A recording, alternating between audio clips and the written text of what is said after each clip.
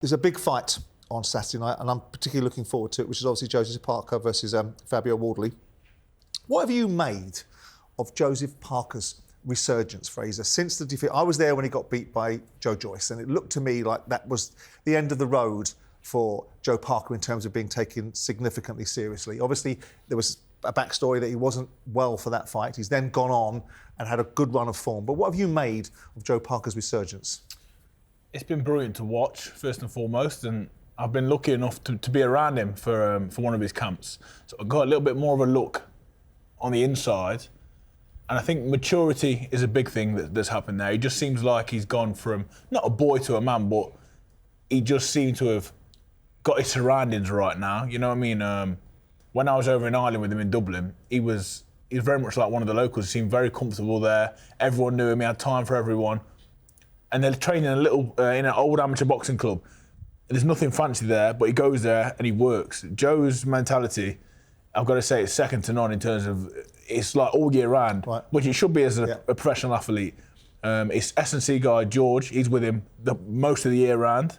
So I just think he just changed his lifestyle, and obviously the benefits are just everything you can see. Yeah. I mean, a lot of credit's been given to Andy Lee. And I've always liked Joseph Parker and felt that he was a very capable fighter. He wouldn't have got a WBO world title if he wasn't a capable fighter. Mm-hmm. But there was always in the back of my mind this idea that he didn't let his hands go as much as he could have done. And now we've seen a different side of that with Joe Parker in the recent fights. Is it right to attribute a lot of this? Andy Lee's getting mythical status these days now in terms of everything he seems to touch seems to be going very well. Is it a lot to do with Andy Lee? Absolutely, it's a lot to do with the surroundings, as Frazer said there as well. And, you have to be comfortable within those surroundings. And I think that what we found is you need that connection, that spark with your trainer. And he seems to have got that self-belief, and believing in the trainer is so important. And he seems to have got that, since that loss back in 2023. Well, we're watching him now on screen, aren't we? We're seeing him let his hands go. Absolutely, like that. And that is the difference. He sets it up. He seems to have got bigger, stronger. And, the game plan's perfect all the time. But as we know with Joe Parker, he's one of those guys, he's cut from that old cloth where, it's not just about how good he is, like he's got good foot movement, he can fight when he has to fight, he's got that experience, which is most important, but the main ingredient is he can pick himself off the floor when needed to, and we've seen him do that on a number of occasions now. So you go, he ticks all the boxes. Difficult guy to beat. Paul, is there any danger, as much as I like Joe Parker, and I really like him, I think he's one of the nicest fellas you can meet, and when I saw him a bit like Frazer, you see him, you're in a company, you enjoy being in a company, you want the best for them. But when we're looking at Joe Parker, I mean, he beats a bit like the Prince advert, isn't he? The pop star, the artist formerly known as Prince, Deontay Wilder, the fighter formerly known as Deontay Wilder. He beat a washed-up Wilder, a Zhang that gasses after 6 rounds. He's been in with, who else has been with? An average Simon Keane, a fat and unprepared Martin Bacoli. Is there any danger that we are pushing Joe Parker up to a level of achievements that these 3 or 4 fights that we're now saying is the renaissance, this is a different Joe Parker, this is a different animal? Is there any danger that we're perhaps overcooking it a bit? It could be, but I do rate him. And so do I. If the ability wasn't there, then I would. You've got a very, very valid point with the stuff that you're saying, because, listen, Zhang, I felt, come off a good performance against Ergovic before that, and obviously we've seen what he did to Wilder, albeit Wilder was not and is not the same fighter. But no, I think I've always admired Joseph Parker. I don't think, as you said, there's no one in boxing that would dislike him. Them call-out videos and that, like the persona, what he's unbelievable to watch, but he's actually a very good fighter. And I think Andy Lee's a really good coach. And as I've said, I've never seen the work he does up close in the gym, Andy Lee. But from all accounts and from all people that you listen, we all speak on the grapevine.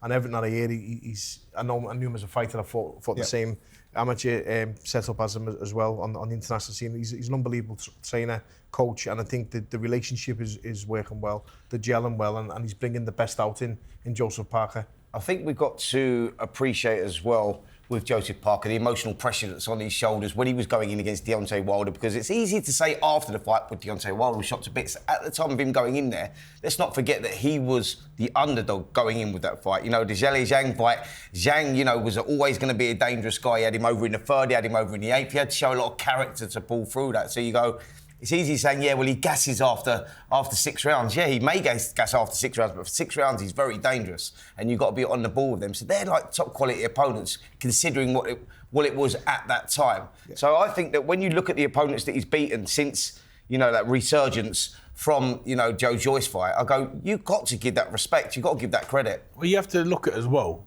that Joe Joyce fight, it was brutal. I was at that one. It was in Manchester, and that was the first show that I went with my missus. She's seen heavyweight boxing up close, and she was like, that is so much more brutal, because that was one of the most brutal ones. They were hitting each other with massive shots, trying to take each other out every shot. But when you talk about Joseph Parker, you talk about, it's been said, Simon said, thought he probably didn't throw enough shots, but when you look at the level of maturity, just look at him against Bicoli there. We're seeing a lot of it. Like, you wouldn't, when I say maturity, I mean the fact that he's up close with Bicoli. Now, that's not just randomly done. He's up and close and personal, because he's choosing to. He's choosing to be. Yeah. Do you know what I mean? Like, I think decision making. Fight. Yeah, the way you handled it. Me on the day how he went about his business and he got him out. But I think that's maturity. What Parker has that a lot of heavyweights haven't got is, like I said, he can box on the back foot. Yeah. He can choose to sit in the pocket and have a fight when he wants to. He can pick himself off the floor. He can now whack with that right hand as well, since he's put on that size. I think what Andy Lee has done is those fine tweaks. To answer your question about Andy Lee and that move to him, those fine tweaks as a trainer, and recognising that Andy Lee's got great experience, in the ring himself, and I think he's transformed that into being a good trainer as well. I think the chemistry gels really well with him. That relationship, when you've been around it and you see that relationship, I just know if Andy Lee asks Joe to do something in the corner, Joe will respond, and I think that's so important. In professional boxing, very important. Do you feel a bit sorry for Joe Parker about the inability to get his shots, in terms of world title shots? He hasn't got a shot against Usyk, and he got pulled, Daniel Dubois got pulled out of the fight in January. Do you feel a bit of sympathy for Joe Parker that he's sort of sitting there taking certain fights when really he should be fighting for a world title? Absolutely, and for him not fighting for a world title, I just hope, and I'm pretty sure he's getting paid very well, but that's not the point. Joe wants to be a world champion. I hold him and Ajit Caballel in the same sort of breath. In a lot of conversations I have, they're the two I almost feel sorry for. I feel like they're waiting around. Joe's been very lucky. He's been a lot more active than Ajit. But if I was to say any two heavyweights in the division, I say them two should be up next, and it should have been a long time ago. It's tough for him, isn't it? Because this is not an easy fight. You know yourself. Obviously, you've been in the ring twice with him. This is a tough sort of this banana skin. Yep. This is a bit more than that. This is a really tough fight, considering that you're mandatory challenger, interim champion for the belt. Should they be fragmented, which we think they will soon, or should Usyk decide to fight? How do you think Joe Parker? How would you suggest Joe Parker approaches the fight with Fabio?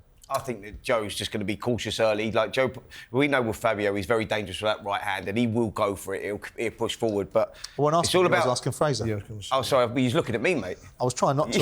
I was looking over top of you because it's easy to do. Well, Frazer, you can answer the question. I think Joe will be very much a professional in the sense that he approaches it.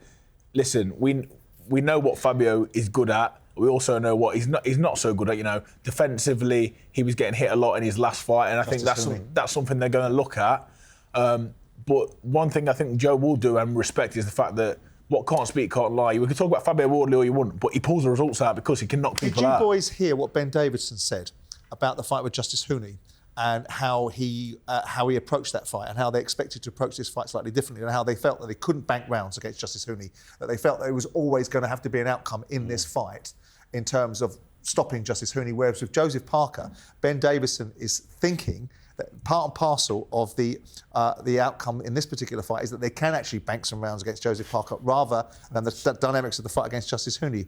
What do you make of that? Myself, like. I don't agree. Because I would have thought Joseph Parker was a better fighter, but Ben Davison was telling me that the cleverness of Justice Hooney, the way he sets the little traps, was creating a dynamic in the fight that they had already planned for, a lack of opportunity for Fabio in his fight, besides the big one. A better boxer, a better fighter, Joseph Parker, I would say definitely is. More experience, I've been in more situations, he looks more the full package. Justice Hooney, from what I've seen of him and what I know of him, I've sparred him as well, he very much still carries the amateur pedigree with him, where he's very, very sharp still, throws a lot of shots. He just took his eye off the ball at the crucial moment, to be honest. And other than that, he was coasting the fight. What did you think of Fabio in the last fight? Because, I mean, I would imagine It was difficult. He had this fight at Portman Road with the expectation of fighting in front of his home crowd. It was one of the few fights he was going into with the potential of being the favourite, because it was expected that Fabio was going to beat Justice Huni. Wild. Well, I think most people were suggesting that they expected Fabio to win this fight. So when the fight was unfolding in front of us, it was going the other way. I think most people around the ringside were going, hang on a second, what's going on here? But what did you make of Fabio's performance? You've been in with him twice. Yeah, watching the fight, I mean, he's got fast hands and he's very good at that front foot feint and then the jab afterwards. But I think Justice Huni had probably seen a lot of Fabio Wardley type fighters throughout his career already, but no one that could probably bang like him. So I thought he was losing the rounds, and after a bit I was waiting for him to change, because something needed to change after 3-4 rounds, and that was my concern, that he couldn't seem to find the answers, like going forward into round 4, 5, 6, 7, 8, until he did, basically. That's the worry, though, isn't it, going into this one against Parker? Because Parker is more complete, more rounded, more experienced. Yeah. And Parker's actually that guy that can set traps and do things. Like, he works well now on the inside. He's built up a lot of experience. That is a big thing, because if it doesn't work for Wardley, it doesn't work early, like we saw with Justice Huni, then he's just relying on that single right hand, which ain't going to be enough, because Andy Lee and the team, and Parker's that guy as well that can switch on for 12 rounds. I think he's proved that he's world class. The big question here is Wardley at that stage? Because if you look through Wardley's record, you go, he's been boxing guys at a sort of like British level, sort of like coming through, those sort of guys. Parker's been there for a long time. I think, and this is the best person in the world to ask, sitting next to us, he's been in the ring with him twice, obviously. I think Wardley is better than people give him credit for. And I think it wasn't just a case of he's a former white-collar fighter. He's actually good, and he's improving all the time as well. That narrative needs to stop now, the narrative... Listen, against someone like Joseph Parker, it could come into play, but he's better than people make out, and he's getting better also. To be able to hold his own with yourself for 12 rounds in the first fight, to be able to not look out of shape, out of place. And then, obviously, we saw what happens in the second fight, to repeat that. But obviously he's better than what people make out like a white-collar fighter. It's just whether there is levels to boxing. It's whether he can improve and step it up another level, because I feel Joseph Parker is another level. I'll tell you what he has got, and you'll understand this, Paul.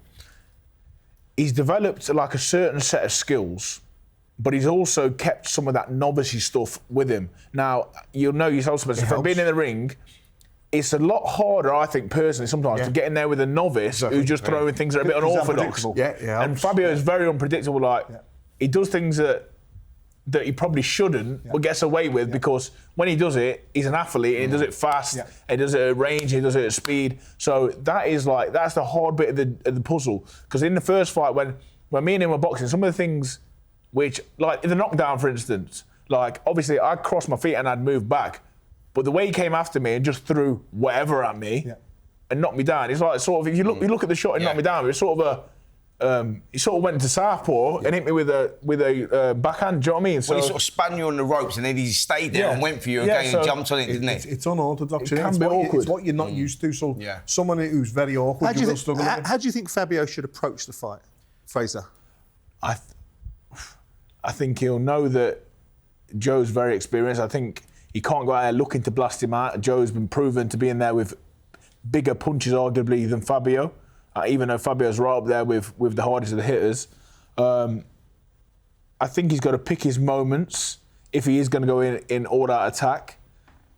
And I think he's going to do exactly what he did in our first fight, sort of box with him and just hope that when he does land, he'll see a reaction from Joe Parker, but he's got to be more clever in the way that There's a danger for Joe Parker that because he's technically a better fighter than Fabio, that he gets greedy and leaves himself in range. No, I don't believe so. I believe he's past that. I believe them mistakes have come earlier on in the career of Joseph Parker. I believe now, the fighter that he is, I imagine if he sees the chance to get rid of Fabio, he will go for it. But there's a way to do that. That's not being reckless, because if you're reckless with Fabio Wardley, he can turn your lights out. You know, if you get the prime example, you know, that first round of me and Fabio in Saudi Arabia, it was actually a pretty close round. I made one mistake, and that was it. Yeah. The fight's over. Yeah. And if you've done it to me, he can do that to anyone. That's why I believe Andy Lee and Joseph Parker will be a big onus on Joe being focused throughout all 3 minutes of the round.